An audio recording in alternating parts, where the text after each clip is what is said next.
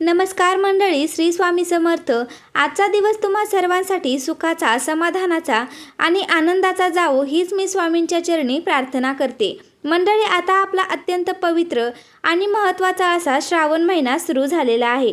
श्रावण महिना म्हटलं की आपल्या डोळ्यांसमोर येतात ते भगवान महादेव, कारण संपूर्ण श्रावण महिना हा भगवान महादेवांना समर्पित मानला जातो। या महिन्यामध्ये येणाऱ्या प्रत्येक दिवसाचं आपोआपलं वेगळं महत्त्व असतं।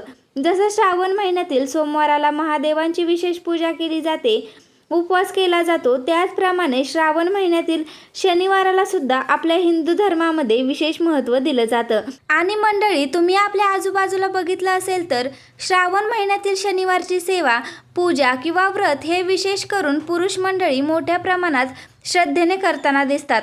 असं मानलं जातं की घरातील एखाद्या पुरुषाने श्रावण महिन्यातील शनिवारची सेवा किंवा व्रत केलं तर ते खूप शुभ मानलं जातं। अर्थात स्त्रिया सुद्धा ही पूजा आणि व्रत करू शकतात। देवाच्या भक्तीमध्ये स्त्री पुरुष असा कोणताही भेदभाव नाही।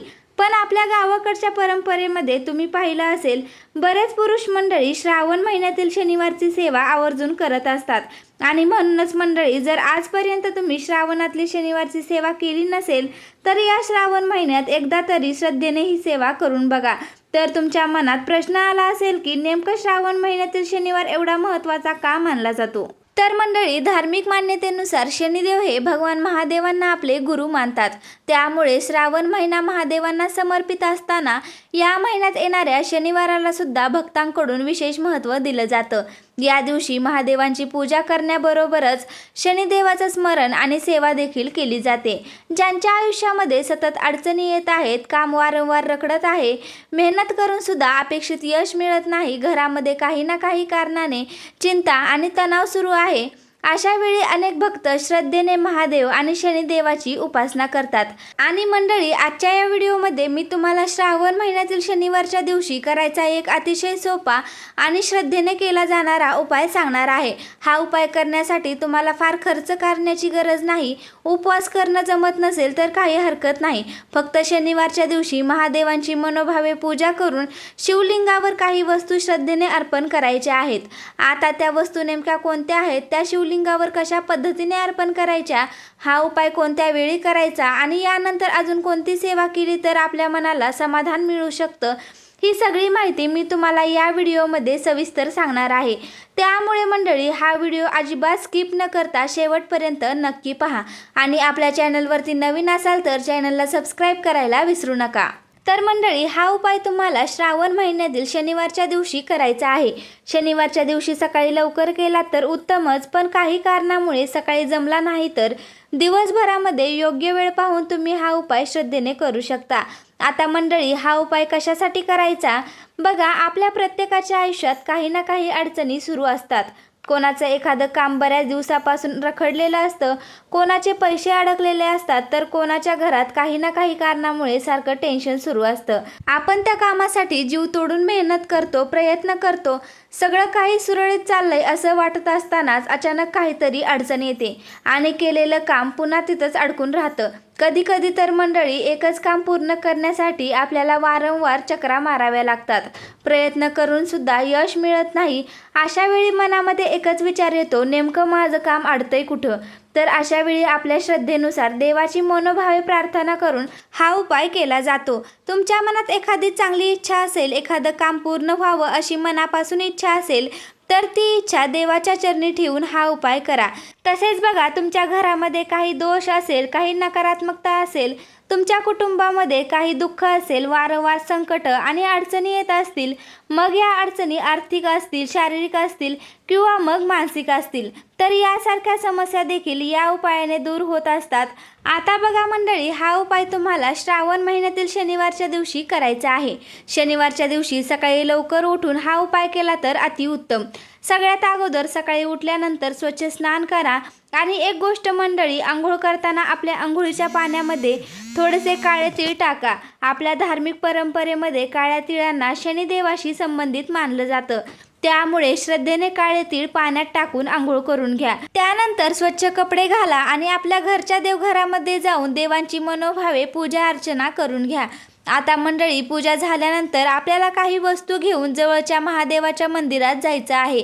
यासाठी तुम्हाला जास्त काही लागत नाही. एका छोट्या वाटीमध्ये साधारण 1 कप दूध घ्या. त्यामध्ये थोडासा गूळ मिसळा. त्यानंतर एका तांब्यामध्ये स्वच्छ पाणी घ्या आणि सोबत बेलपत्र देखील घ्या. आणि सगळ्यात महत्त्वाचं म्हणजे आपल्याला 1 मूठभर काळे उडीद घ्यायचे आहेत. काळ्या उडदाला वरून साल असेल तेच उडीद आपल्याला घ्यायचे आहेत. वेगळे काळे उडीद असतील तर ते तुम्हाला घ्यायचे नाहीत. या सगळ्या वस्तू घेऊन तुम्हाला तुमच्या घराजवळ असलेल्या महादेवाच्या मंदिरात जायचं आहे. आता बघा, मंदिरात गेल्यानंतर सर्वप्रथम आपल्याला देवासमोर शांतपणे उभा राहायचं आहे. मंदिरामध्ये दिवा लावलेला नसेल तर तिथे आपल्याला सर्वप्रथम दिवा प्रज्वलित करायचा आहे. त्यानंतर शिवलिंगाजवळ बसायचं आहे.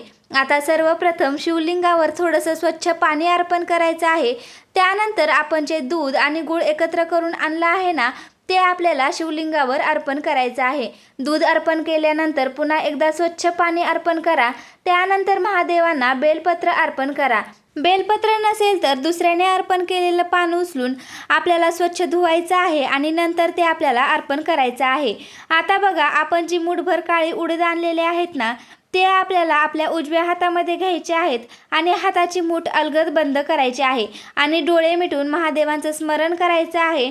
आणि आता आपल्या मनामध्ये जी काही अडचण आहे, जे काही काम बऱ्याच दिवसापासून रखडलं आहे, घरामध्ये काही चिंता असेल, मनामध्ये काही इच्छा असेल, ते सगळं आपल्याला महादेवांच्या चरणी मनापासून सांगायचं आहे. आपल्याला फक्त एवढीच प्रार्थना करायची आहे, हे महादेवा, माझ्या आयुष्यातील अडचणी दूर करण्याची मला शक्ती द्या.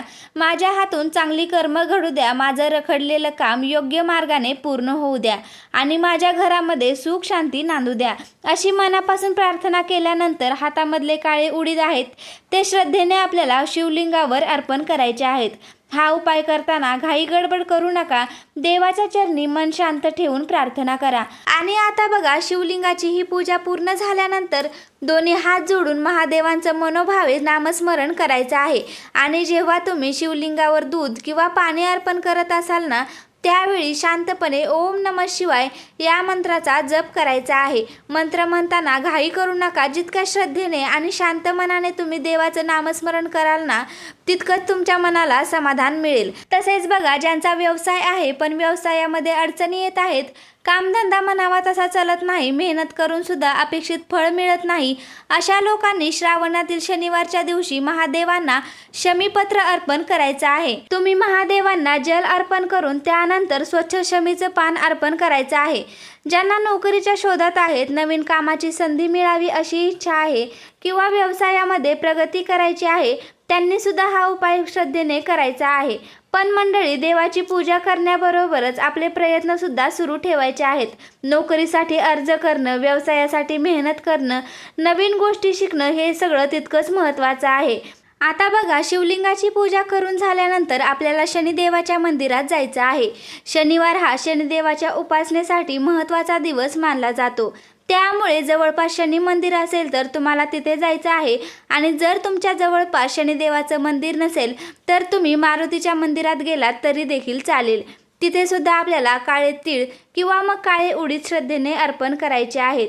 आपल्या धार्मिक श्रद्धेनुसार अशा प्रकारे शनिदेवाची उपासना केल्याने मनातील भीती आणि चिंता कमी होण्यास आधार मिळतो आणि माणसाला आपल्या कर्मांकडे नीट पाहण्याची प्रेरणा मिळते.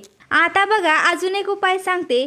तुमच्या घराच्या आसपास पिंपळाचं झाड असेल तर शनिवारच्या दिवशी तिथे जाऊन तुम्हाला एक दिवा लावायचा आहे. काळे तीळ किंवा काळे उडीद अर्पण करायचे आहेत आणि त्यानंतर पिंपळाला 11 प्रदक्षिणा घालायच्या आहेत.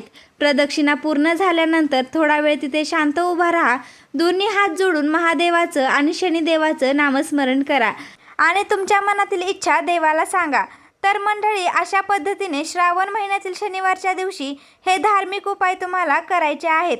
आजचा हा व्हिडिओ तुम्हाला कसा वाटला मला कमेंट्समध्ये नक्की सांगा. व्हिडिओ आवडला असेल तर एक लाईक करा आणि व्हिडिओ जास्तीत जास्त लोकांपर्यंत शेअर करा. आणि अशाच माहितीपूर्ण व्हिडिओसाठी आपल्या चॅनलला सबस्क्राईब करायला विसरू नका. धन्यवाद.